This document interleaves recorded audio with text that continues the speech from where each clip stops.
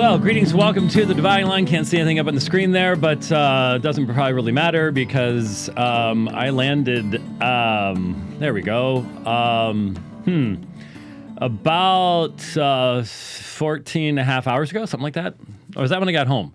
I don't know. Anyway, back from the land down under and the jet lag issues. I'm feeling pretty good today, thanks to a certain person in Melbourne who will remain nameless. But people ask, is it harder for you to go east or west?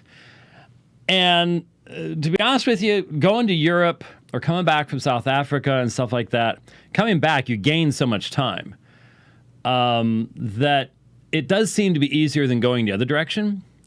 But Australia is just weird. You're in a different season. Everything on the continent wants to kill you. And the whole time I was there, it was sort of like I was 6 hours behind everything, but I was actually 18 hours ahead of everything. So functionally, you're 6 hours behind, but, you know, like you're doing stuff on Monday and people are complaining that you're violating the Sabbath or something because they don't realize it's Monday where you are. So, yeah, it's very, very different. And so coming back from there, first day back normally isn't the worst. I got home. I stayed up till my wife got up to go to work. She gets up at 2:30 in the morning, 2:20. So I stayed up because that was only 8:30 at night as far as I was concerned. So, but she's on a trip now. So if I hadn't stayed up, I would not have seen her for like over 3 weeks. So I decided, we'll stay up. And so here we are. So that means I do get a mulligan for any misspeaking today, okay? I know I won't be granted that by anybody, but you know, if I get one reference wrong today, it won't matter if I've written an entire book that had everything right. It's the one reference you get wrong on the day after you barely 12 hours after you get back from a 14-hour transcontinental flight, and then of course trans-Pacific flight. And then the worst part was I landed in LAX. That is a third world airport. It is horrible. Oh my goodness. They stuck us out at a stand. We're on a 787 Dreamliner. That's a nice plane. Really is a nice plane. By the way, if you've got a choice between any other airplane and that one on a long haul, take the 787. You will feel so much better.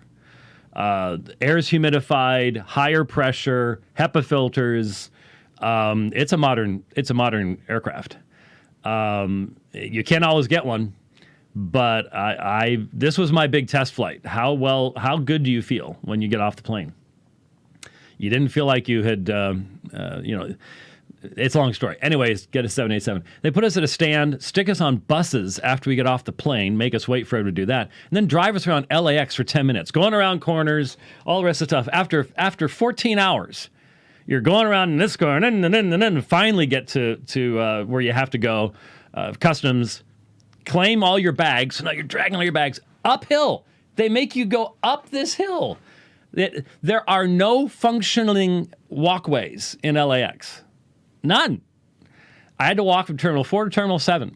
Not a single moving walkway. There were 2 broken escalators. So you had to take your luggage apart, down the escalator. Oh, it was... Lusaka's airport in Zambia is much better than LAX. It really is. It's just like, woohoo! LAX, what a fun thing that is. Anyhow, so yeah, that's where we are today, and that's everything else on the trip was great. Really was. The flight over, even LAX on the way over because I didn't have to move any terminals, was fine. But the last part, where you're the most tired. And it's like, patience, have to have patience.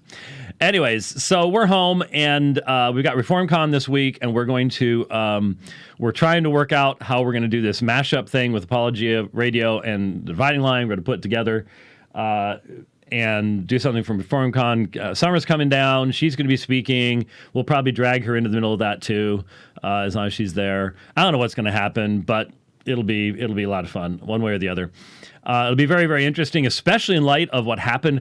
Man, when I'm gone, everything starts going crazy. I mean, right I think right as I left, somebody pulled a gun on one of our guys, but he wasn't wearing his GoPro.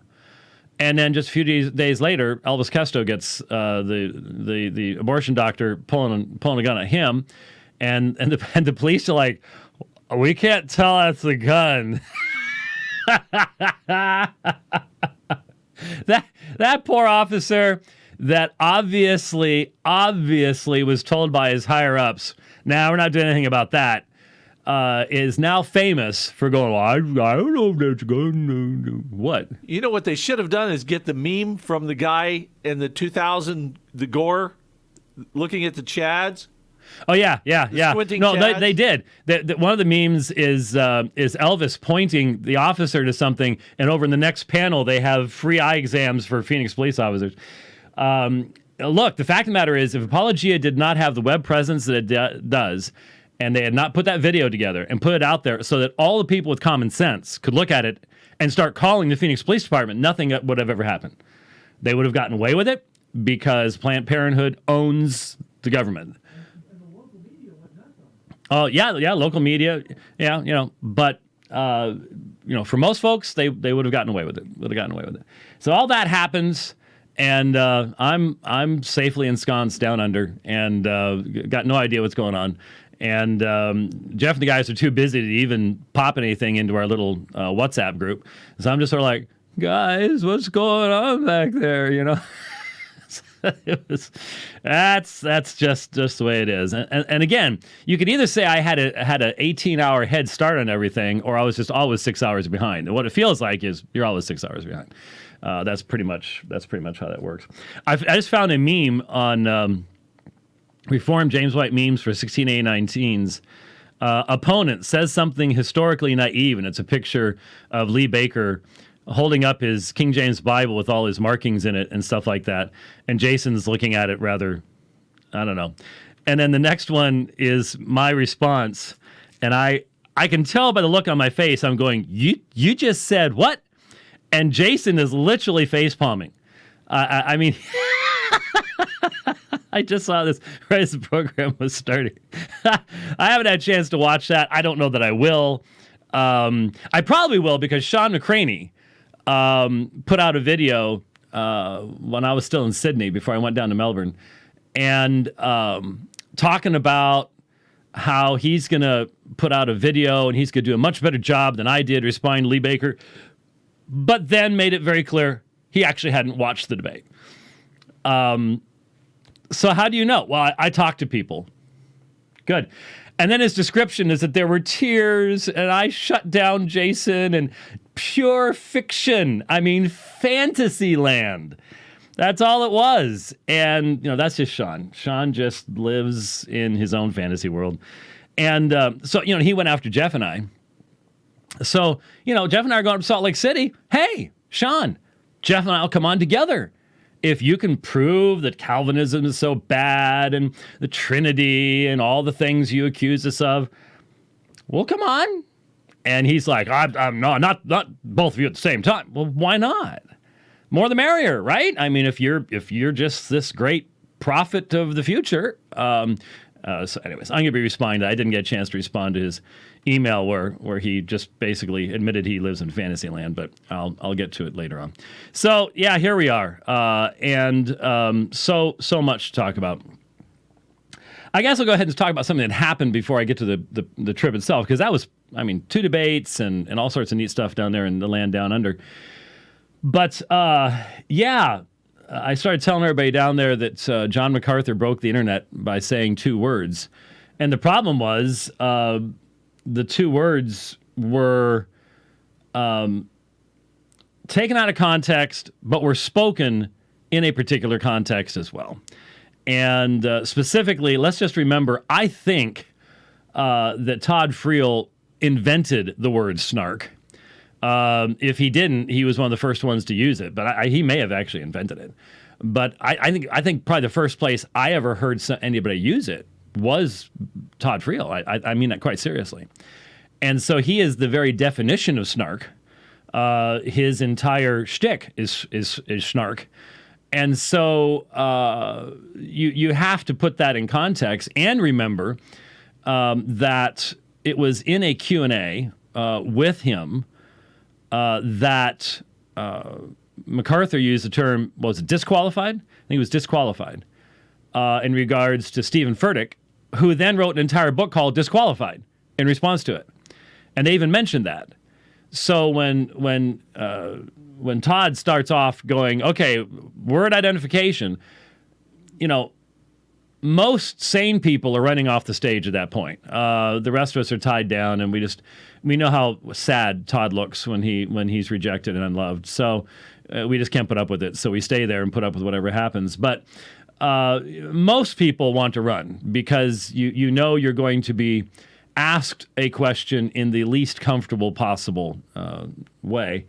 I normally just ignore what the question is and say something useful. That's how I do it, and he can't stop me, so it's just the way it is. But Dr. MacArthur even said, I'm being set up, and he was in a sense. But when Beth Moore's name was stated, and there was all this laughter, that's one of the things that's been turned into, oh, this was just so hateful. If you were in that room, I was not. If you were in that room, and you have Todd Friel up there, and Todd Friel starts like that, everyone's going to laugh because you just know that's Todd Friel. There wasn't anything misogynistic about that. I could not believe that there were people actually using the term misogyny. Well, I can believe it because they're woke. Their ultimate authority is critical theory and intersectionality and all this silliness, and so they're full on board with use the weaponized words, transphobia, homophobia, misogyny. These are weapon words. They are words that are meant to communicate pure negativity without actually having any truth content in and of themselves.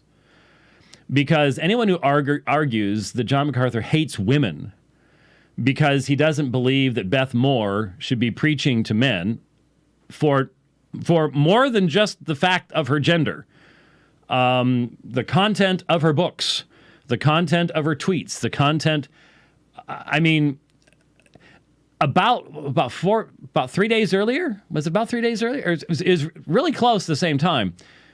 I started seeing all this stuff in my feed about, do you want to make a snowman?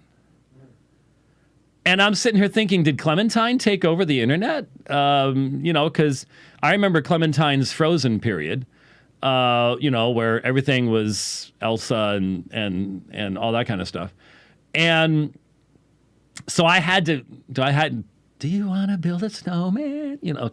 It's stuck. You hear it so many times. It's in the background, foreground. It's everywhere. It gets stuck in your brain. And then, of course, Clementine's debate with Jeff Durbin about Frozen, which Clementine won by a long shot. Wasn't even close. Jeff has improved a lot since his debate with Clementine. He was really good in our debate up there in Salt Lake, but Clementine crushed him. So we're still not sure whether he has a chin or not, but that's a completely other issue. I started seeing all this stuff, and then lo and behold, here's this stuff about Beth Moore talking about playing with Jesus, and they built a snowman together or something. I'm just like, okay, so there's a lot more behind John MacArthur's statement than just the fact that she's a woman. But that was the main thing, because I don't think Dr. MacArthur has spent much time reading any of Beth Moore's books. Or I can guarantee you he does not do her Twitter feed. No, that's not happening. So all this stuff is happening, and he makes the statement. And then later on, he expands in the same clip. He says, let me add, there is absolutely no argument for women preachers and so on. So he's just making a standard statement that would have caused everyone in the 1970s to go, why are you even saying this? Not everyone, but everyone in our circles anyways, to say, why are you even saying this? What's going on here? Things have changed. And then Phil, of course, His one-word response was narcissistic. If he had just stopped there and had not said what he then said afterwards, which was specifically that every time he listens to Beth Moore, she is seeking to insert herself into the biblical narrative. And you know what? As I think back, I don't listen to much Beth Moore. Most of the time when I've seen something, it's been the hair combing thing, or just today was her tweet, which she's blocked me, but this tweet where she's talking about this conversation with Jesus, and Jesus is, how's your day going, Beth? Well, I'm having a tough day. Would you like me to change it for you, Beth? I mean, it is the essence of Jesus as my boyfriend, girlfriend type stuff. And that is what I've seen. And what Phil said was she's always trying to read herself in the biblical narrative. That's narcissistic. To make it sound like Jesus' highest priority in the universe today is how Beth Moore is feeling because she's stressed out this morning, is a problem. It sort of goes along with another tweet that I saw from another woke individual that was talking about what the fear of God means. And by the time they got done talking, it was a whole long Twitter thing. Not a single lexical source was cited, of course. Because as I said somewhere else on Twitter this morning, or actually it was on our website. It was Facebook and then website and Twitter and stuff like that. As my Greek professor long ago, and I have reminded him of this a number of times, said, now the Greek word fear means fear. It was in a Life and Letters of Paul class, and I was the only person who was still conscious at that point. But I remember it very clearly, and he happens to be right. And so there is this fear of the Lord that nowhere appeared in any of these discussions. And the sappy sentimentality of this kind of stuff requires you to put yourself in the center. I am the most important person in the world to God. And there are songs like that. There are contemporary Christian songs like that. You just want to go, oh. The God-centeredness gone, man-centeredness everywhere. I'm not saying all CCM is like that. Don't get me wrong. There's some good stuff out there, but Phil went on to explain that's what he meant, and of course that was considered to be misogynistic and all the rest of this stuff. And remember, these are the same people that think that that Bible translation committees have to be diverse. That you have to have a certain number of minorities and a certain number of women and a certain number, who knows, pretty soon it'll be transgenders and all the rest of the stuff, to get all the proper voices. Rather than, we just want to have the absolute best people who know translation, they know Greek and Hebrew, and they know English, and they know all the things you need to know to do a good job with this. And that's not our concern. So the internet gets broken. Unfortunately, I've attempted. I have not seen any response to this yet, but I have attempted a couple of times now to get people to focus upon. Look, there's to people who would identify as being on my side, whatever that might be. You need to remember something. There are certain subjects, there are two subjects that I'll mention that conservatives assume rather than prove. They assume them rather than prove them. I mentioned one of them at the end of the Q&A in Melbourne on Sunday evening, and that is the issue of the nature of eternal punishment. It is assumed, but in my experience, the vast majority of people don't know why they assume it, and they figure everyone believes like they do. And as a result, most people aren't able to interact much when challenged in that particular area, because it is accepted because it's assumed rather than studied. And there are certain fundamental underlying assumptions, such as you cease sinning when you die. Somehow you become regenerate and you no longer sin. Certain issues like that need to be recognized and understood that just aren't a general part of the conversation. And the other is the horrifically named complementarian egalitarian. Is there any other dispute in the church that has worse marketing, tagging, naming than that? You cannot even say that 3 times fast without speaking tongues. It's horrible. But that particular, if you are not aware of the fact that, for example, in the Timothy passage, 2:12, that the verb that is used there is argued by egalitarians. Why don't you do that right, 2 Timothy? 1 Timothy. Get the right number. I can't type today. That's one thing. But I do not allow women to teach or exercise authority over man, but to remain quiet. Althentine is the term that is used there. And Loanita define it as to control in a domineering manner. So to control a domineering manner is often expressed idiomatically, for example, to shout order that, to act like a chief, toward, to bark at. That's Loanita. If you look at BDAG, to assume a stance of independent authority, give orders to, dictate. So that's a little less. Loanita can have spin in some of the things that it says, but BDAG is a little better. To assume a stance of independent authority. So let's say, it's independent authority. So what they will argue is that Althentine in 1 Timothy 2:12 is an inordinate claim of authority. So this guy on Twitter today, he hasn't responded to me because I've asked for some documentation. But this guy was saying that there was a single woman who had inserted herself improperly into the leadership of the church in Ephesus. And that this is just a single historical context, and Timothy's there. And so Paul's only dealing with that. Okay?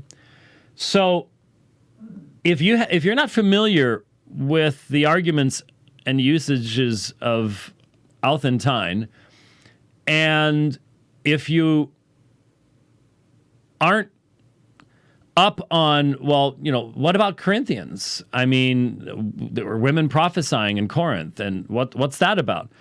Then you're assuming stuff and just throwing that stuff out and saying, well, see, Paul's on my side. There's always another side. And if you haven't listened to the other side and know how to respond to it, be careful how bold you are in throwing your arguments out. These are 2 areas where that's exactly what ends up happening. So what I've done, and nobody cares, I haven't seen anybody pick up on it, so I seem to be the only person even raising the issue. But my simple question is, you say you believe in sola scriptura. A lot of them don't. I mean, one of the first things you abandon when you start going woke, going liberal, going left, is sola scriptura, because you no longer believe that it's actually sufficient. But if you say you believe in it, which any Southern Baptist has to say for now until they can get enough of a majority again to change the Baptist faith and message, which will result in the utter obliteration of the denomination as a whole, which may be coming anyways. There are large churches leaving right now, and they're explaining why. And it's very obvious that J.D. Greer is way to the left, and who knows what's going to be coming after this. And, Beth Moore's name has been put up for the presidency of the SBC more than once. And That might not happen as long as the conservatives are still around, but if there's a split, then you could see her being made president almost immediately by the whatever split goes left. But her name's out there. But I have said, believe in sola scriptura? All right, simple question for you. Why are there no qualifications for women elders in the New Testament? There are for men who are elders. There are for deacons who are also men. That's all there. So what are the arguments the other direction? Well, we only just happen to have those qualifications. That doesn't mean that Paul didn't have qualifications for the women elders or the women deacons. They just aren't included in any of the extant correspondence that we have, which means God did not want to have that in the content of the New Testament. So you have to take a view that what we have in the New Testament is accidental. It's just what happened to survive, what happened to be collected by the churches. There's no spiritual aspect to this. It just happens to be the way it was.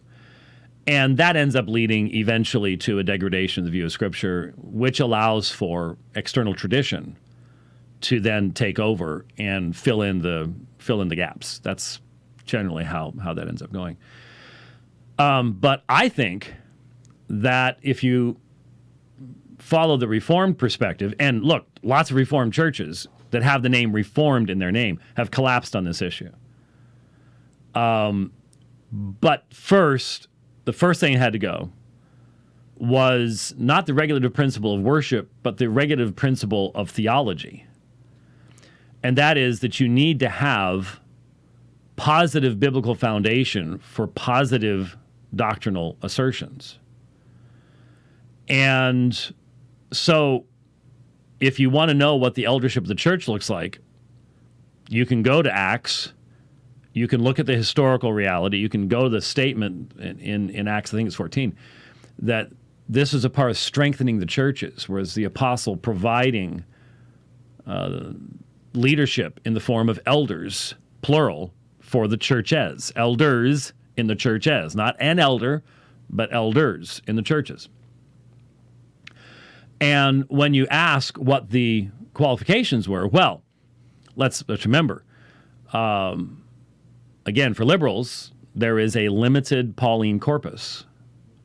You may think Paul wrote 13, maybe 14 epistles of the New Testament, but people like Bart Ehrman and more professors in seminaries than you might guess do not believe that Paul wrote the pastorals. Hence, 1 Timothy 2 isn't even Paul. So you can see anybody who buys into that perspective and doesn't believe that this is Pauline and yet calls it Scripture. How do you make that work? You make that work by having an external traditional authority in the church that elevates this pseudepigraphal writing, not even, well, it's pseudepigraphal, it's forgery, to the level of Scripture. Once you do that, give it one generation, and that system will fall apart. It can't hold together. So part of a long-term strategy for defending a biblical form of the church will include learning the arguments not only for apostolic authorship of all the New Testament books, but against the argumentation that is given and simply accepted in liberal circles as to why you shouldn't believe that these books are written by Paul. And the arguments stink. The arguments are horrific. They are circular to the nth degree. Well, I think one of the clearest evidences is that the form of the church found in 1st and 2nd Timothy and Titus developed later in history, as we can see by looking at Corinth. In other words, you assume that the church had the most problems had to receive the most apostolic correspondence, and we know from the letter of Rome to the church at Corinth was not even corrected by that. So you look at the worst case example, extrapolate out from there. And so instead of seeing that Ephesus, for example, plainly had functioning eldership and the whole 9 yards early on, continues to have it in the book of Revelation, you ignore that and say, no, this all-male eldership, that develops later in history, and the primitive period, even during Paul's life, was just, anything goes type stuff. It's Corinth. And so you have that argumentation, the circular argumentation of, well, I'm going to assume that the church looked like this, and therefore anything that doesn't look like this means that it was written later. That's one of the main arguments used in liberal seminaries against the Pauline authorship of those epistles. Then what goes along with it? It's different vocabulary. You have different terminology being used in the pastoral epistles than you have in what are accepted to be the genuine Pauline epistles, such as Romans and Galatians. The problem with that is there's a huge difference between Galatians and Romans. Oh yeah, you've got a lot of the same vocabulary. The grammar and syntax is different, and there's a reason for that. Paul's really ticked off when he writes Galatians, and he may have written it himself. See with what large letters I've written. Maybe he had an eye problem. We don't know, because it's not all that long a letter, so it doesn't make any sense to understand that large letter as in large. It may have been he wrote it himself, but we know he dictated Romans. He tells us who he dictated it to. So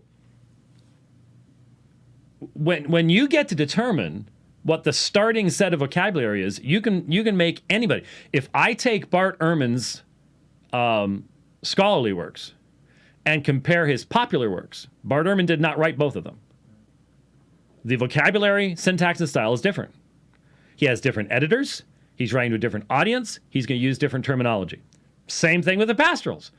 If you're writing to your friend, if I write to, if I even had time to write to Michael and David and Andrew and all the guys down in Sydney and Melbourne, where I just was, about, we talked about church stuff. So let's say I wrote to them and talked to them about church stuff, sort of like the pastoral epistles. If I wrote emails like that, but then they asked me, hey, could you write something for our church on this doctrine? And then you compare the vocabulary, they're going to be different. And so if you make that as the basis for determining authorship, it's obvious.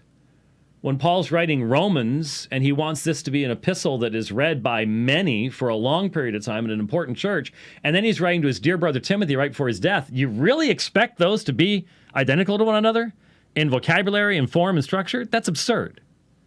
But that's the argumentation. That's the argumentation. That's what's behind it all. Are we aware of these things? And most of the time we're not. And so we need to be.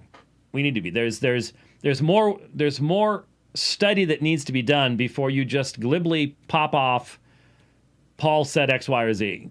Are you quoting from an epistle that someone's going to come back and say he didn't even write it? And then what are you going to do if you've never even thought about it? You're left sitting there picking your nose. That's not a good position to be in. So I am seeing stuff like that. And I am seeing folks, giving that kind of thing. But I just simply say the other side.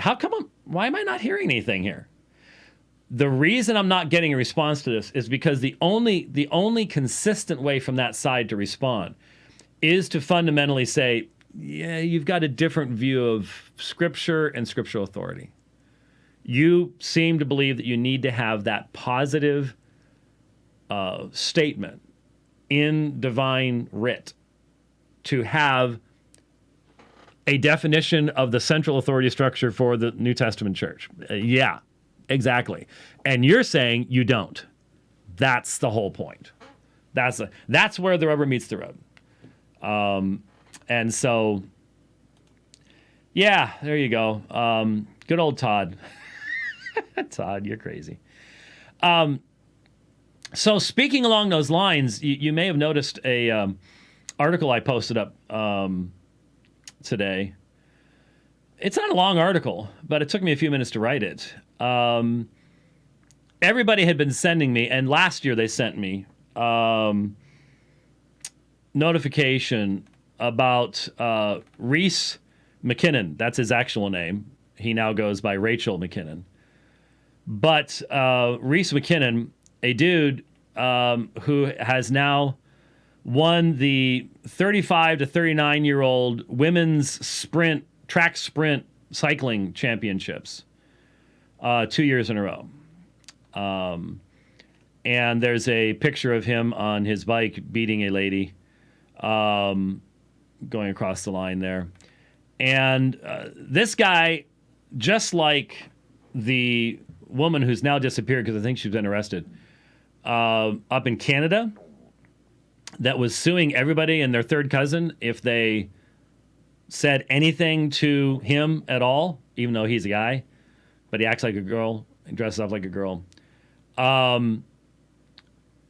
I think finally went way too far, and a lot of these people that we end up seeing they're doing what they're doing for a purpose, for a reason, to promote transgenderism, the destruction of Western civilization, society, and norms, and everything else.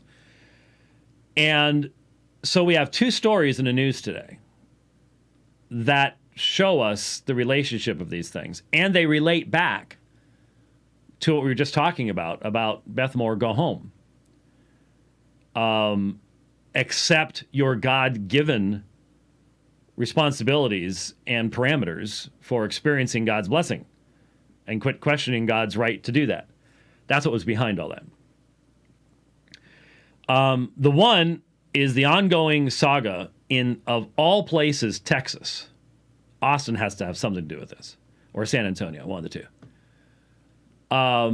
Where a activist woman is trying to convince her son, 7-year-old son, that he's a girl. When he's not with her, he doesn't act like a girl, doesn't want to be a girl, doesn't dress like a girl, but she dresses him up that way. This is one of the clearest examples of absolute, culturally based, politically promoting child abuse I've ever seen in my life. Ever seen in my life. It is horrific. And if it was happening in California, I'd get it. If it was happening in New York, I'd get it. Oregon, Washington, the left coast, east coast, I'd get it. Texas. Unbelievable. A jury just ruled against Texas dad fighting to get custody. This is a divorce situation. And the former wife, her judgment is just. Her judgment will be just. I mean, you put that one together with this dude who he even looks middle-aged. Okay? He even looks middle-aged. Just look at the pictures. Don't blame me. Cotton spandex doesn't hide anything. Believe me, I know. Because I'm not even middle-aged anymore. I'm moving into the old age stuff. And if any of you are asking, well, why do you people wear it? It's terrible. It's real simple. No, it's not aerodynamics, though it's relevant. If you got clothes flapping in the wind, that's called a sail. And it's going the wrong direction. You don't want that. So that is part of it, but the primary reason is very, very simple. Cycling is a repetitive motion activity. Your legs are going up, down, up, down, up, down, up, down. I even have a readout on my Garmin and Strava things. Tell me how many pedal strokes. So I've done a couple 100-mile rides recently. Did one in Sydney. Thank you, David. Poor David McKay. He had never ridden that far. I think 125 was the longest, 125 kilometers, and 100 miles is 161 kilometers. So he rode with me, and he made it. But the last part was ugly. And so here was my form of encouragement. David, you're going to do it. Come on, man. You don't want me talking about you on the dividing line. So I'm not really sure that's encouragement as much as it is threat, but it worked. What a great friend. Oh, I know. You know, the guys there in Sydney, they rent me this nice bike, and I did 293 kilometers while I was there. So we did a 100-miler, a 50-miler, and about a 30-some-odd miler, something like that. Not quite 30. So yeah, that was great. But that was my form of my form of encouragement is, you don't want me talking, because I'm 20 years older than he is. So you don't want me talking about the guy 20 years younger than I am that didn't make it through and so he made it. I'm not sure if he's not permanently injured, but well, and then I went running with Andrew. To me, it feels like yesterday, but it was Monday morning. Well, it was yesterday, but it was actually, well, you get it. In Melbourne, because I'm collecting places where I run next to the ocean. So I've done it in Durban, I've done it in Cape Town. And so now I picked up Melbourne. And so Andrew took me down there. He's the pastor of the church, Hope Bible Church. So we started running. And I need to stretch my knee out. So we stopped. And then, why don't you go on? I'm gonna stretch. And I ended up doing a 10K. And he did a 2.6K run and a 2.6K walk back. And I'm like, man, I hope he hasn't actually hurt that knee farther than it needed to be, just simply to go running with me. Because the other pastor had to go do something else. He's a runner, swimmer. He probably would have dusted me. But I was feeling really good, so I did a sub-hour 10K. And that helped me to sleep on the plane. So anyways, the reason you wear cotton spandex is, like, when you do a 100-mile ride, you probably do at least, I could look it up, but like 25,000 pedal strokes. And if you are wearing regular clothing, if you're wearing regular shorts, you know what that means? That means that loose clothing is rubbing on your skin 25,000 times. You will be in agony in 10 miles. You will be rubbed raw in 20. You'll be bleeding in 25. What you wear has to stick to your skin, and that's what cotton spandex is all about. And the technology they've got, it's amazing. So anyway, for those of you who are constantly, you cyclists, there's a reason for it. And you spend 6 hours on a bike, and you will want to have the highest quality cotton spandex possible. Because it hurts you want it to hurt for all the other reasons, not for that reason. That's the one reason that can destroy any meaningful ride. I've had it happen. You get a stitch that goes south or something like that, and it is horrific. Well, you can see the pictures of Reese McKinnon and his cotton spandex, and he's a guy. He is a dude. He does not look like a woman. You cannot transition. There is no such thing as transitioning. It is a fantasy. Transitioning would require that all your cells in your body move from XY, all the chromosomes, the sex chromosome, go from XY to XX.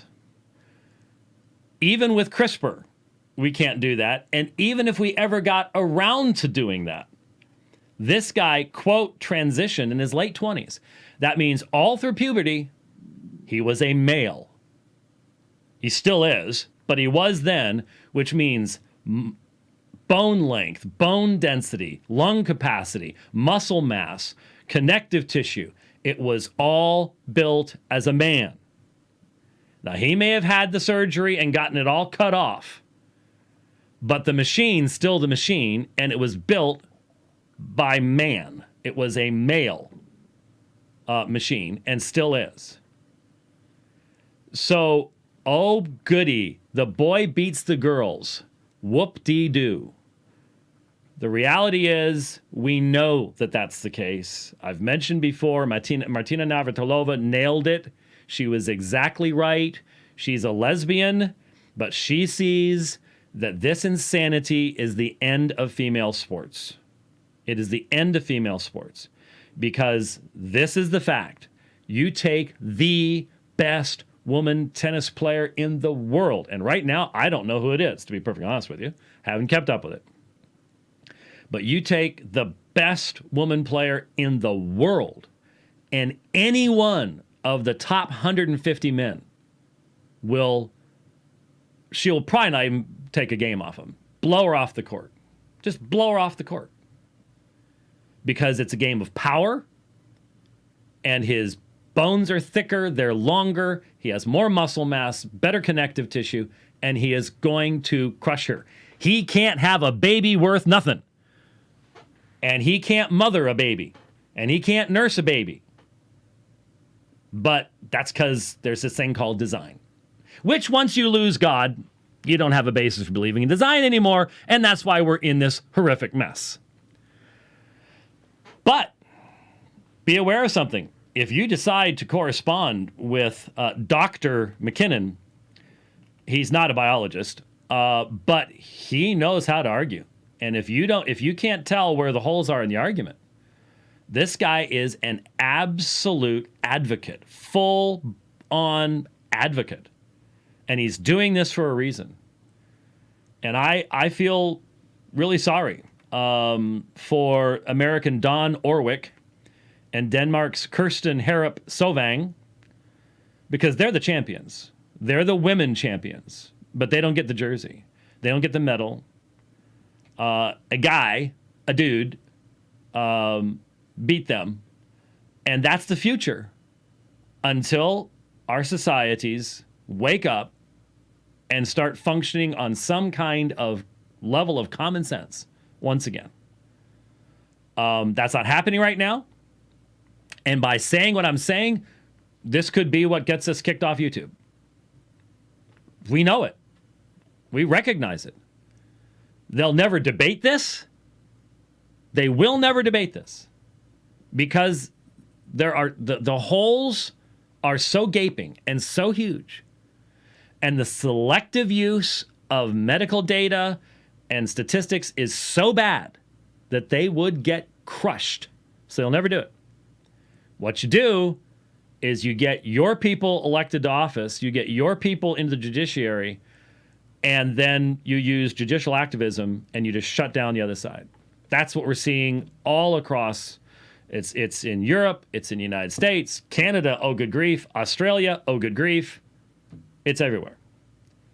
And there's going to have to be a fundamental realignment because this system doesn't work. We're watching it come in, and we're watching the people that are being hurt. We're watching the news stories of hundreds of people who have transitioned and become physically damaged as a result, wanting to go back, but they can't.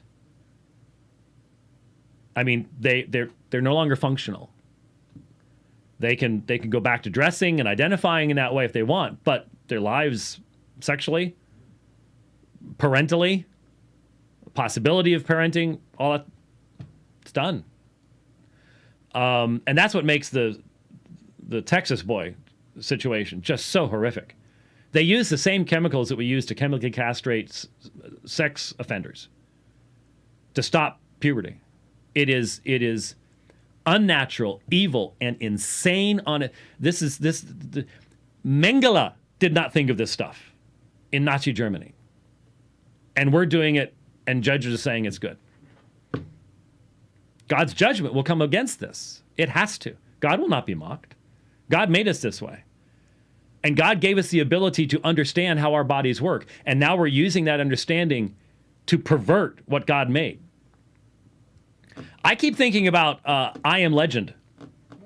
I keep thinking about I Am Legend. And I'm just going, that would be fitting. Yeah. You want to play with God's creation, ignore the fact that he exists and try to play God? Yeah, there you go. Let's have some superbugs turn everybody into zombies. That'll do it. Oh, good grief. Yes, sir? One of the things that has driven me crazy about this whole thing is that it... I'm sorry. I don't see you. There you go. No. This is fine. You need to go back to that. Oh, wait a minute. I'm hitting the wrong button here. How about that? And then we do that. And how about that? Okay. Okay. All right. Yeah. Everybody loves the rich cam. Including all the people that are deceived to think that I'm actually mean to you.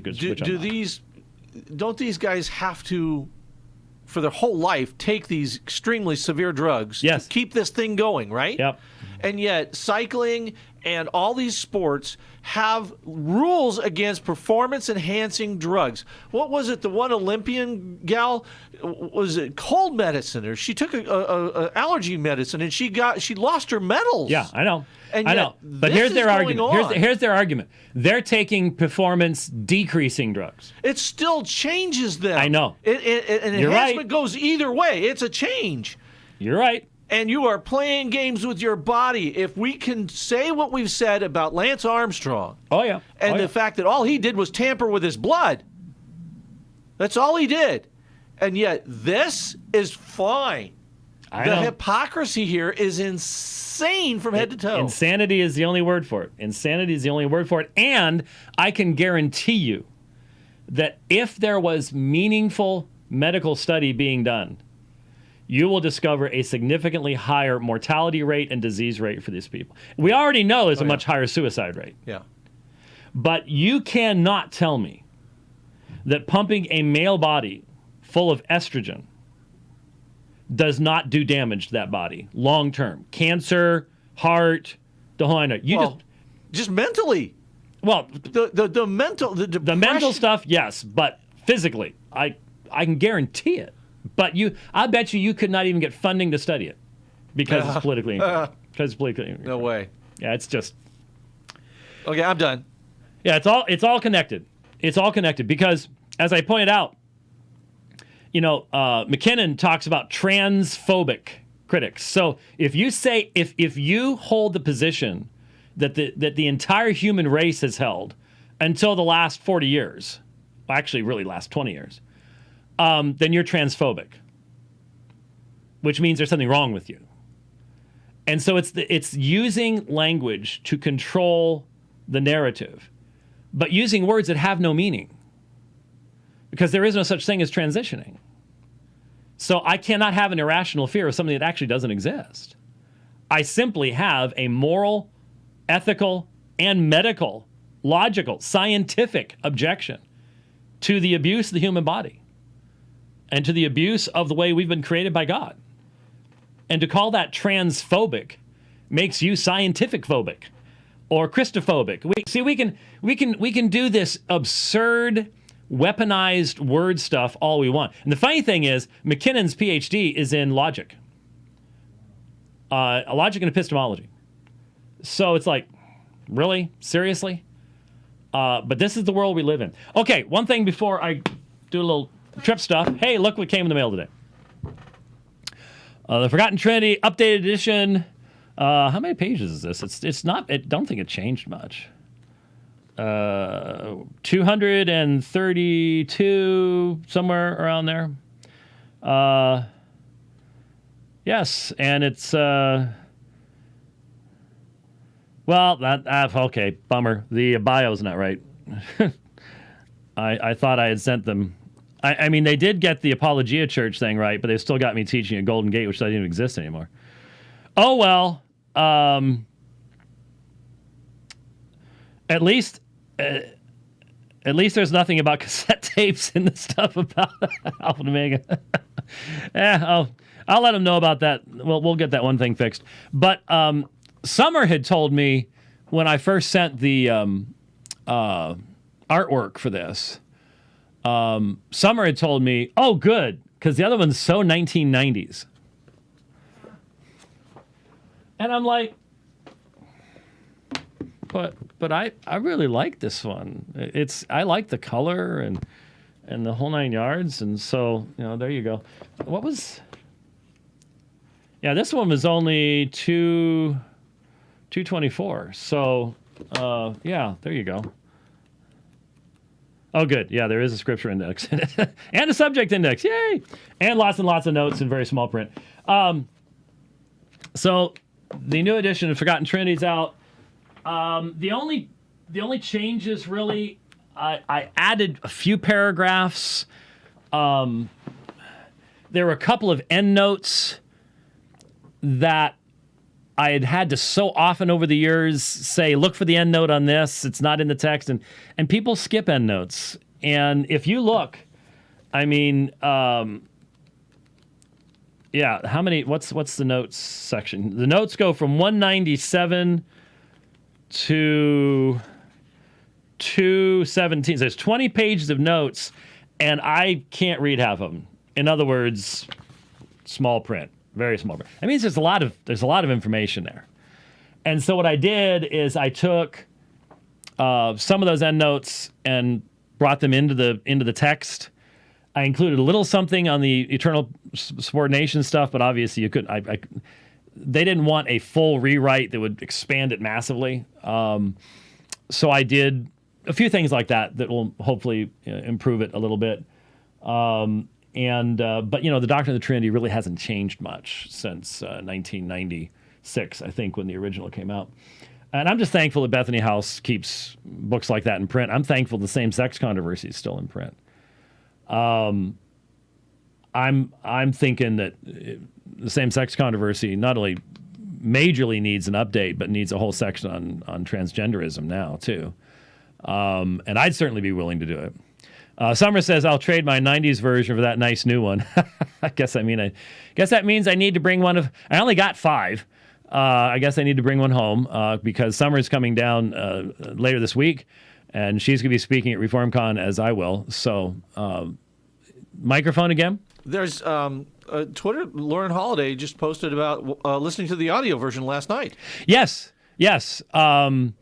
I saw while I was in Australia that if you go to Audible, where I go all the time, yeah, there it is right there. It just now rolled up on mine.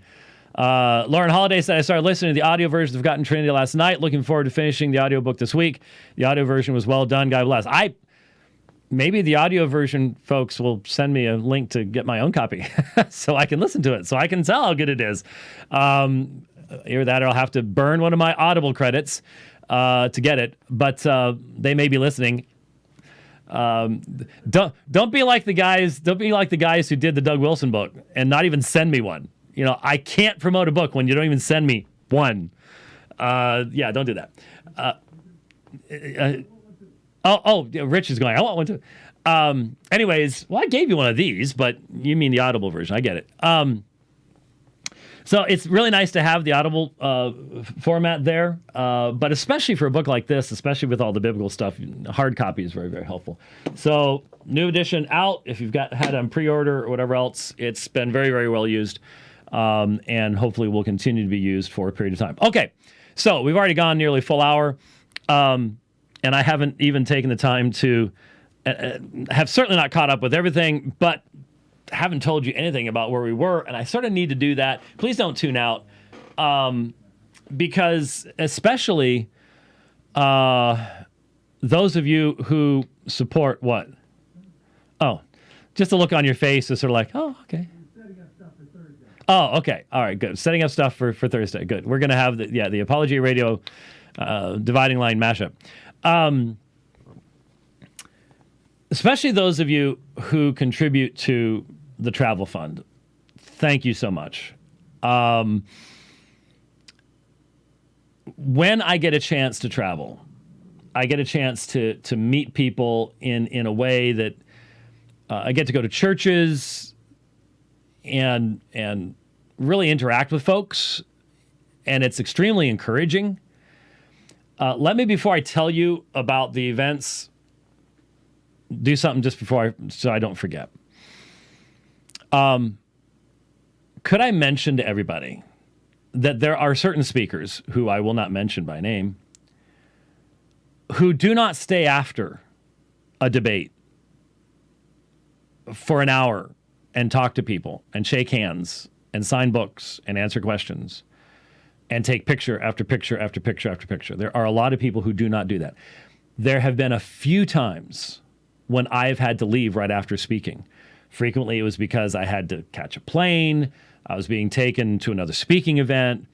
I think once I was sick and I just didn't want to become Typhoid Mary and share my disease with everybody else. But I generally do invest a lot of time in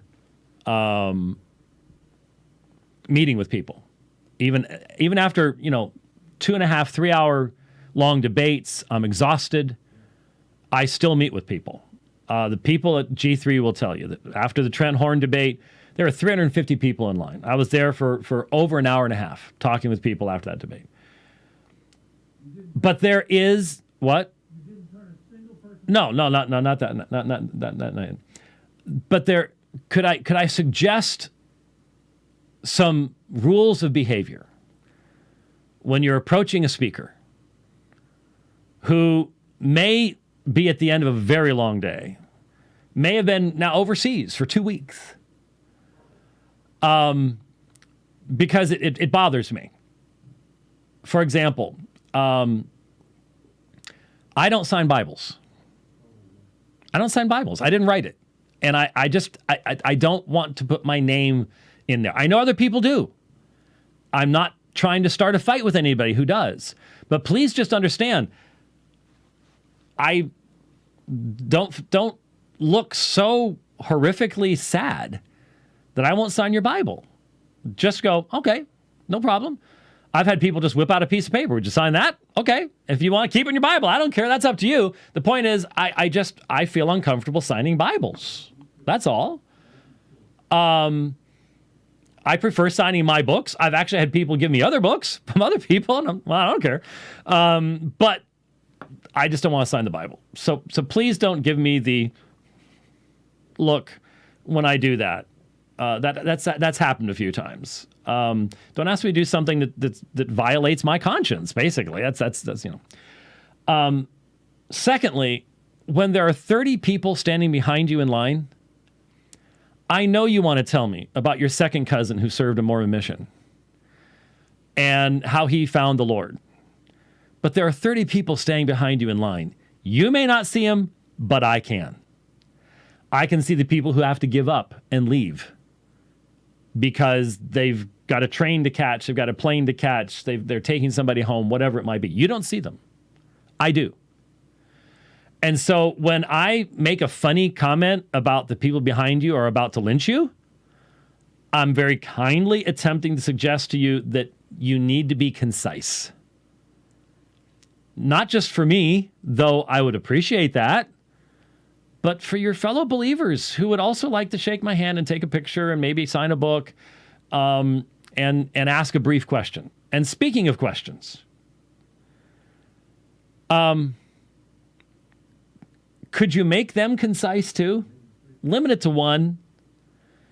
And don't do it. You know, if I had ever walked up to R.C. Sproul in my younger years, which I did,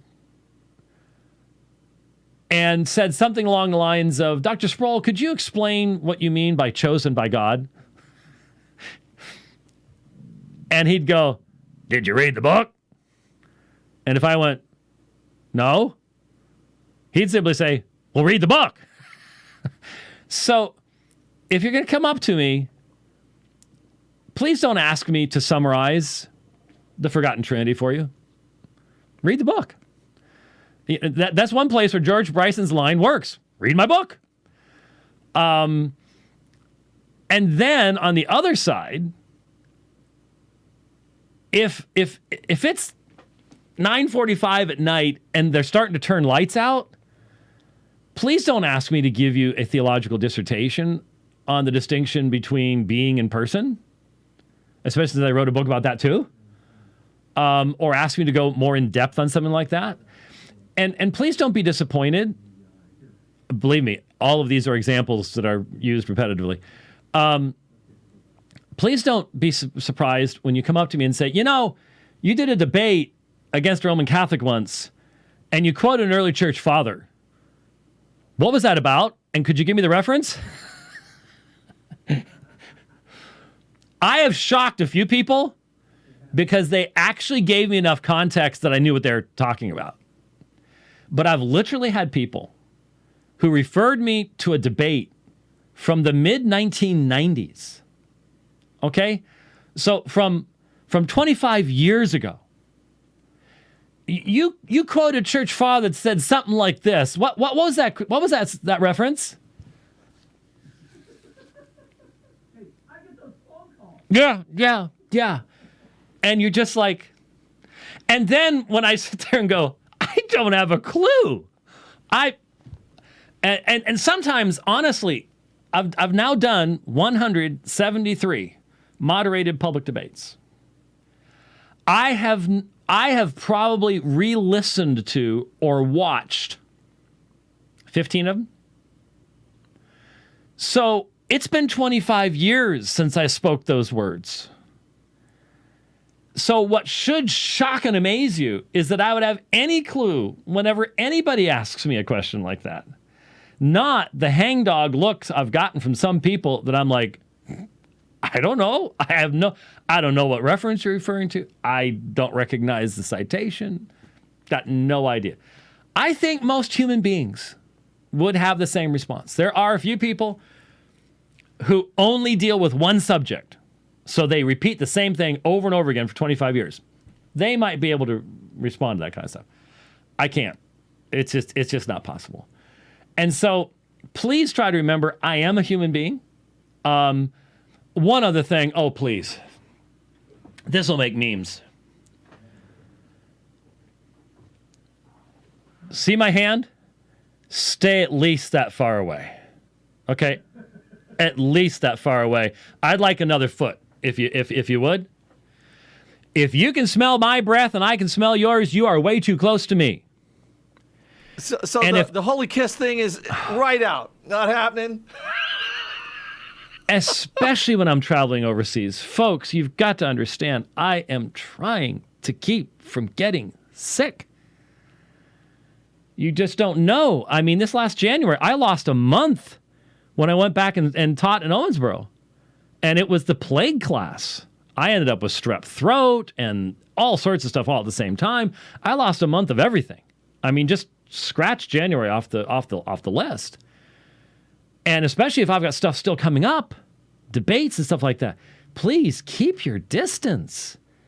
I had a guy, I won't mention, I don't know the name, but I won't mention where it was. So, but I had a guy, and I'm backing up, going left, going right, and he's chasing me. I finally managed to get a chair between me and him. That was the only way I could keep him far enough away from me.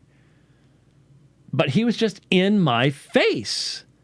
And it's like, keep your distance, sir, ma'am, whoever, please. Don't you understand? I just consider it common courtesy. It's just common courtesy to do that. Keep your distance. I'll shake your hand. And believe me, in my pocket, I have Sonapure hand sanitizer from Hammer Nutrition. Look it up. It's great. I give it away as Christmas presents. My family will tell you in their stockings will be Sonapure hand sanitizer. And as soon as I'm walking out of that place, I'm bathing in it. I have to. It's just, if I don't, I'm dead. So please try to understand. If I understand why some speakers, they're just, when I'm done, I'm out the back door, and that's it. I'm not going to criticize them for that. I understand. I get it. I haven't had to adopt that yet. My immune system is still fairly fully functional. And when churches rent me a bike while I'm there, it stays even more fully functional, which is what we did in Sydney. And then doing the running in Melbourne. That was very, very helpful. That helps keep you going the way you're supposed to. It's the change that frequently weakens your immune system. But please try to understand, if it's been a whole day conference and this is the last session, I'm brain dead. I'm tired. So one last thing. I'm walking out. I think it was Saturday night in Melbourne. Kofi, totally different context, but all I can think about as I listen to Dr. Oakley 1689 is the Police song, Don't Stand So Close to Me. Rich is singing it in the other room. Notice he did not turn. Don't stand. Okay, he did now. Don't stand so close to me. I'm just crushed you know any Police song at all. But anyway, because I'm a Christian, so I didn't know. He said I used to be a heathen. Okay. Anyway, thanks, Kofi. Appreciate that. I should be watching Twitter a little bit more close because there's some interesting things. Anyways, what was I talking about? Oh, yes, I'm leaving. It's the same day I had the debate with Abdullah Hamimi, which, because of scheduling issues, Melbourne's a beautiful city. Interesting weather, constantly changing. It was really cold there when I ran one morning. They're way much farther south than Sydney. But we had to go in the city to Scott's Church.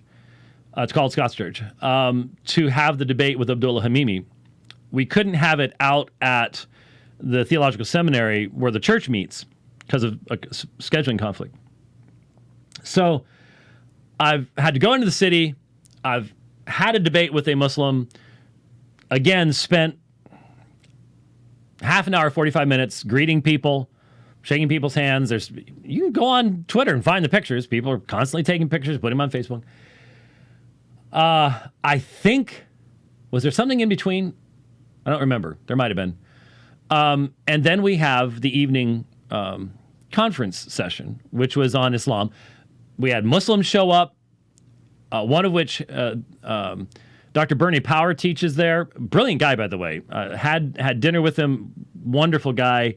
I reviewed a debate that he did on the dividing line a while back. And so let me put you, if you've been looking for some other sources, Bernie Power down there in Melbourne, look for his stuff. Support him. He's a good man. Got great background. Had a great dinner with him at the only Mexican place that I went to when I was down there. Actually, it was actually fairly good. But Bernie Power had been telling us about this one Muslim that they had to get a protection order against because he was so aggressive, and he showed up with about 5 other guys. And as has so often happened, the Muslims show up. They're looking to be able to complain about something that I said. And I'm talking about reaching out to Muslims. They got up and left because there wasn't anything to respond to. I was accurately, fully responding. I was representing Islam with quotations from the Quran and very accurately saying what Islam actually teaches, and then giving a very clear response to it. And so they got up and left, and then they demanded a place to pray, and ended up getting into the police ended up being called, not because of violence, because they wouldn't leave. So that was an interesting situation. Nothing came of it. They didn't interrupt. They didn't yell, scream, nothing. They were downstairs. It wasn't an issue for what we were doing upstairs. So that wasn't a problem. But I was aware of that. I had talked with some folks about that. I've been greeting people. I have my backpack on my back, and when I'm traveling, that backpack. By the way, did we get that other one ordered? I bet you didn't. I went to your back, and I'm here to get it. Long story. Okay. Anyways, there's a new backpack out that I'm getting because I would be stupid if I didn't, given what I do, given the situations like this. You may have seen it on Facebook. Anyways, my backpack is heavy when I travel. I've got connectors. When I go into a church, if I want to project something, HDMI, VGA, audio stuff, there's all sorts of stuff. I've got a lot of stuff in my bag. Unfortunately, the security guy in Melbourne unpacked it completely and allowed me to repack the whole thing. It's happened a few times. Anyways, it's heavy. And I've already been talking with folks for a long time. I'm walking out of the room. Dr. White, I need to talk to you. I turn around.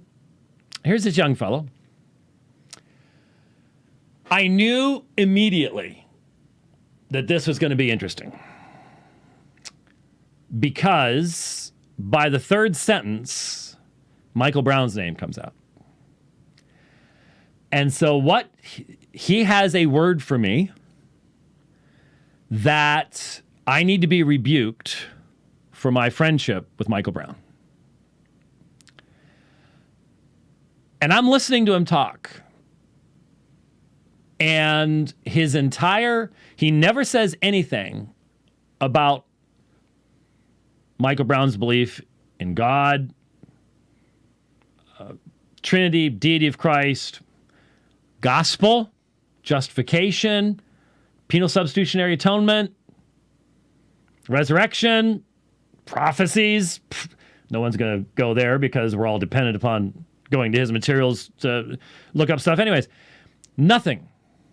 It was all because Michael either will not condemn by name X, Y, or Z, or is friendly toward this person who's friends with this person. It was all the association thing. So his lack of discernment means he's not a believer, and I need to condemn him. So I listened to enough of this that I've got a good idea. And so I said to the young man, I said, and I went through all the list of the things I just went through. Michael's confession of this, doesn't make any, all of that is overthrown by his lack of discernment. Is that right? Well, yeah. So I took a step toward him. I was taller than him, which is unusual. And I said, I have one question for you. Do you have perfect discernment? Do you have perfect discernment? Now, you can see where I'm going to go here. If I'm going to stand here with my backpack on my back, exhausted at the end of the day, and have any meaningful conversation, then what I'm hearing him saying is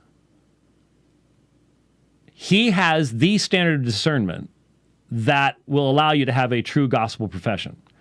So I need to know what this is before we can have any meaningful discussion.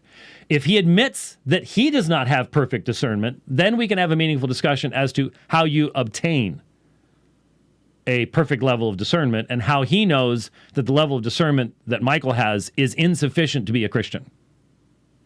So he can tell me the Holy Spirit's going to give you this level of discernment, and here's how. So I say, do you have a perfect level of discernment? Do you have perfect discernment?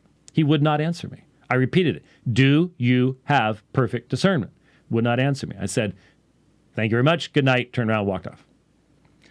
Interestingly enough, at least two people actually ended up talking to him after I left. They saw what happened. There were still a few people standing around. They saw what happened. They ended up talking to him. And I said, do you know what church he was from? Because I just get the feeling people like that don't go to church because they can't find enough people who are as perfect as they are to be able to go to church with them. So if they are in churches, those are the people who end up leaving churches. Seen it way too many times. I can name names of this kind of perfect discernment people that will only be around people with likewise perfect discernment. So then there's those folks too. And the thing is, this is the second time something like this has happened recently. They always wait to be the last person. You're walking out. The only reason that guy came to an entire 2-hour presentation and then 45 minutes talking to people, so nearly 3 hours of his life, he's stalking me. He's not there to hear what I have to say about Islam. He's stalking me just to deliver that word. And this is happening more often. And so some people say, do you have anybody with you while doing this? I don't, but I probably should. I probably should communicate to churches that if I'm going to be greeting people, then you probably want to have someone that stands with me. A deacon, former football player, current cop, something along those lines. That just stands there and sort of keeps an eye on things because, yeah, that probably would be wise. Yeah. I've actually done this for you. Yeah, you have. And I noticed, was it Zach that was with you in Utah? Oh, yes. Well, Zach and Luke were there, but Zach has made it his mission in life to make sure that Jeff and I live. Well, so, yeah. I think specifically about G3 2 years ago. And then I go back to the Shabir Ali debate back at Biola. Yeah. And Eddie Dalcour standing Eddie was there, so was you. Bo Boyd. And I would say in each of these, if there are people who will do this for you in the future, the key here is to stand behind you so that no one can come up behind you. Yeah. and let you do you with what you can see in your field of vision, and don't let anybody come up from behind. And then if you get to a point to where you're ready to walk away, that's when you stand in between. Yeah. I've always tried not to interfere with you, to get in between. I let you make that decision as to when that security time is. And if you start walking away, you say thank you, and you start walking away, and the guy starts keeping at it, that's when you step in and distract. Don't be aggressive, just be easy about it, and it works. So that's probably something that I need to start doing in the future. And that would just be wise. So that long portion aside, real quickly, we did a excellent conference at Stanmore, where 3 years ago in 2016, ironically, the conference we did in 2016, where I had the debate with Abdullah Kunda, where we had to do it by Skype because he missed his flight. Most people don't remember this, but who was the other main speaker at that conference? It was Jeff Durbin. Both of us would tell you that in 2016, if somebody had told us that in 2019 I'd be co-pastoring Apology at Church with him, we would have gone, what? What are you talking about? So that was interesting. Had a good time there, again, meeting all sorts of folks. I met little Angus James, who I had met as a little baby. It is interesting when you meet people over the years and you see the children growing up. That makes you feel older and older and older. And he didn't know who in the world I was, so I had to work a little bit hard. He's a gorgeous little redheaded boy, but shy. And and yes, the James, that's what the connection is. And so I had to start showing him pictures of Clementine in January and stars and stuff like that on my phone.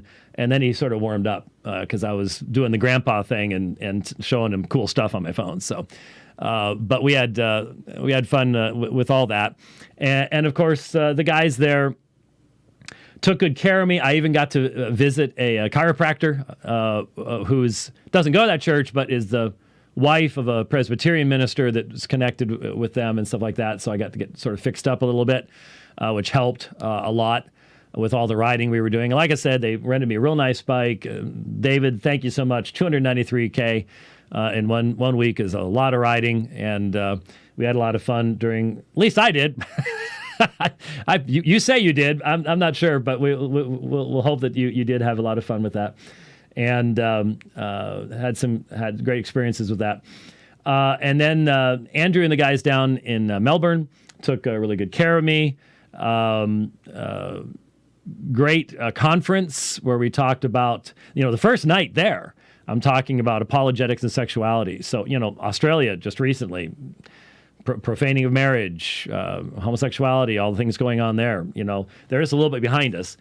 And then the debate with Abdullah Kunda was really interesting, but I'm not sure how many other Muslims will find it really interesting. And this is why. Abdullah Kunda has a specific Jewish background. That's why I heard of Abdullah the first time, was he was throwing stuff about the Greek Septuagint and the Hebrew text and stuff at people, even back when he was much younger than he is now. And so his take on Paul is not the take that you will get from most of the more Salafi leaning Muslim apologists. It's an interesting take. You need to hear it. But it's not going to be, I think, the standard take that people doing dawah around the world are going to be taking. So, it was obviously very ironic. Abdullah and I have great respect for one another. So it was a real debate with real exchange. It wasn't just a food fight, which is what some people want. And if it's not a food fight, then they figure that's not real good. But there was great clarity, in his closing statement. Abdullah confirmed. He said, yes, Trinitarian worship is shirk. And we don't know why God gives the grace of guidance to some people and not to others. He says, I wish it were otherwise, but that's the way it is. So he was open about that. The divide is wide, and we can't just simply say, well, we all believe the same thing. We don't. So thanks very much to Abdullah Kunda for that exchange, and I look forward to stuff in the future with him.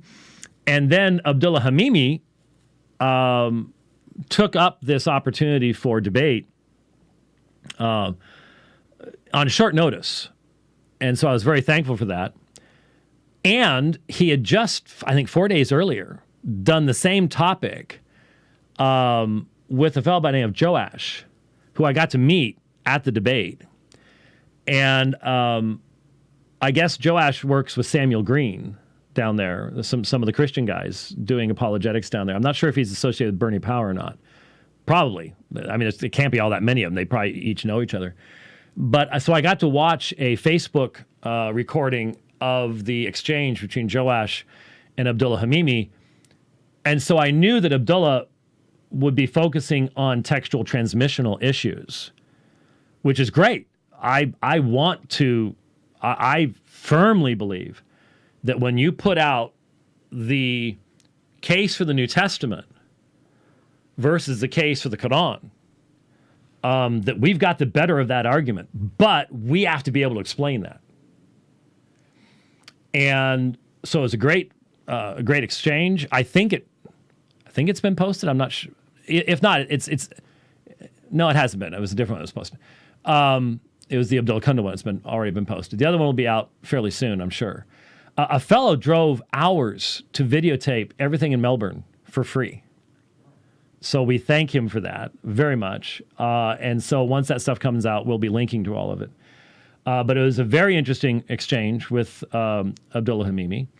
And I look forward to further exchanges in the future with him. There is I think IERA is doing a Australian branch, and that's what he's associated with there. And they had brought Adnan in earlier. So, but I'd like to have some exchanges with some of the younger guys too, and get to know them as well. And so 2 debates, they'll be available. The one's already up. The other one will be available fairly soon. The Apologetic Conference, I'll link to that when it's put up. And I'm not sure if Stanmore has posted my talks from the their apologetics conference yet or not. I'm not sure. I haven't seen it. Like I said, I only got home a while ago. So I'll be trying to get that information up there.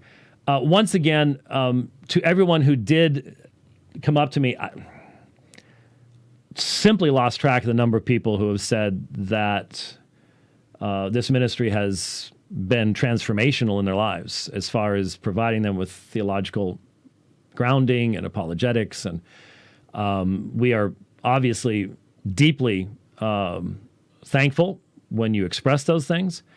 There was a couple, by the way, and they're going on mission, and they sort of rushed away, and I felt badly because I hope you weren't offended because I made the comment.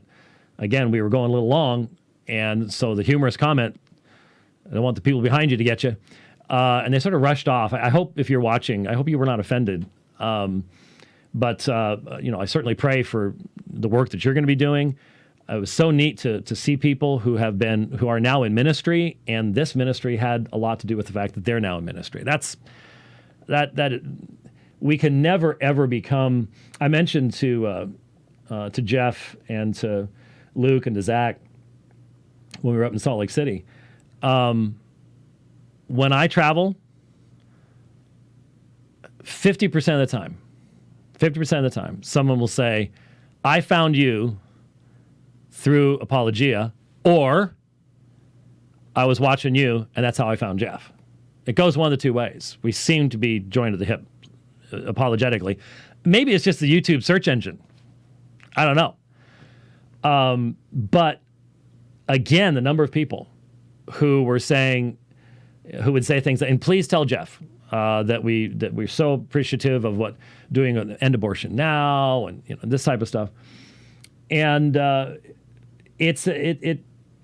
we do live in an amazing day when I can sit here in Phoenix, Arizona, and provide encouragement and edification for people literally around the world and in a lot of places that I can't go to.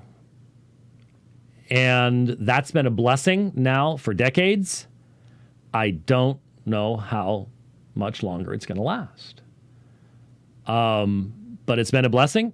We can't expect blessings to be perpetual in that sense. And so let me remind everyone once again, if this material is of help to you, right now, support us. Help us to continue not only to do this, but travel fund. I'm going to do another trip before the end of the year. And then trips next year. I'm going to be in Brisbane in early September before our cruise. It's going to make September really, really busy. So there were guys in Sydney that were going, oh, you've got to debate this guy. You've got to debate that guy. Look, guys, if you can set that up before I do Brisbane, so end of August, and you can make it, you can get the commitments to happen, then we can make that happen. But again, I've got to be able to get down there. Travel fund's how we do it. Thank you for your support of that, and continue that support. We really, really need it. And just pray for safety. I mean, abortion doctors aiming guns at people outside abortion clinics and stuff like that. The Lord's in control of all of it. We're in His hands. There's absolutely no two ways about it. So thank you very much for the prayers. Up to this point, anyway, I have remained healthy. But I don't sigh a sigh of relief until about 2 days after I get home. Because that last 14 hours, 15 hours if you include the second flight, in the airplane is really where you get nailed. So prayers continue. That would be nice, because we've got ReformCon later coming up. So the next program will be a mashup. It's supposed to be on Thursday, right? Yeah. So the next program, we're trying to work it out to where we will be able to be live from ReformCon. So we'd have the Dividing Line audience, and then we'd have the Apologia audience, and Jeff will be there, and Luke will be there, and Zach will be there, and Summer will be there.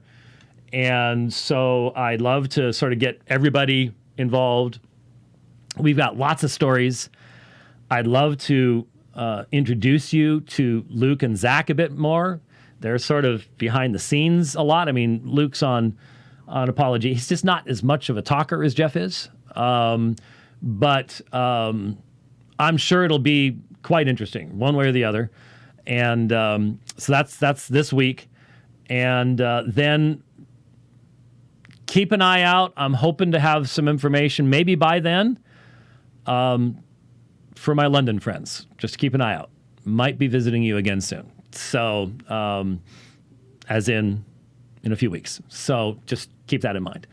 All right. Don't forget, Forgotten Trinity, new edition. I would assume that means that they will update the Kindle. I don't know, but I would assume so because I'd like to have that information in there. So you might want to contact Bethany to see about if that's the case. And then go to audible.com and you can get the Audible version of the Forgotten Trinity now. And for some of you, that's really important. That's how I listen. That's how I read most books while I'm on the back of a bike. That's how I do it. And so we will see you, Lord willing, on Thursday for the Apologia Radio, Alpha and Omega Ministries, Dividing Line mashup. And thanks for listening. God bless.